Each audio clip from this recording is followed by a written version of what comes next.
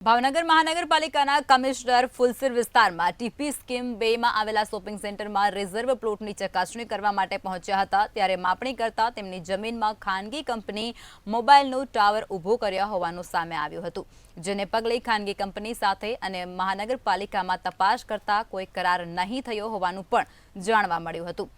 સ્થળ પર જઈ અને કમિશનર દ્વારા પીજીવીસીએલને બોલાવી અને પાવરની તપાસ કરવામાં આવી હતી ત્યારે ટાવર ઉતારવાની કાર્યવાહી પણ હાથ ધરાઈ છે। પ્રવીણ ચાવડા અને કલ્પેશ ખાંચોડે મહાનગરપાલિકાને અંધારામાં રાખી કંપની સાથે બારોબાર એગ્રીમેન્ટ કરી નાખી અને દર મહિને ભાડું વસૂલતા હતા। ભાડું પેનલ્ટી સાથે રિકવર કરીશું, જરૂર પડશે તો ફોજદારી ગુનો પણ દાખલ કરવામાં આવશે।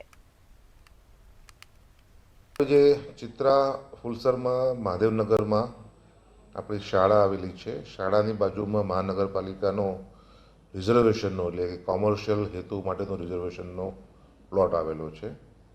આ પ્લોટમાં એક મોબાઈલ ટાવર ઊભો કરી દેવામાં આવ્યો છે। આ બાબતની જે જાણકારી મળતા એ પ્લોટ મહાનગરપાલિકાની માલિકાનો હોવાથી આવો કોઈ ટાવર ત્યાં મંજૂરી વગર ઊભો કરી શકાય નહીં, એટલે આજે સવારે તાત્કાલિક આ ટાવર જે છે એ દૂર કરવા માટે સૂચના આપી છે। ભાવનગરમાં હું એવું માનું છું, ભારતીય જનતા પાર્ટીના શાસકો કદાચ આ તો એક વસ્તુ બહાર આવી છે, આવી તો અનેક વસ્તુ બહાર આવે, આ તો કમિશનર સાહેબના ધ્યાનમાં આવ્યું છે।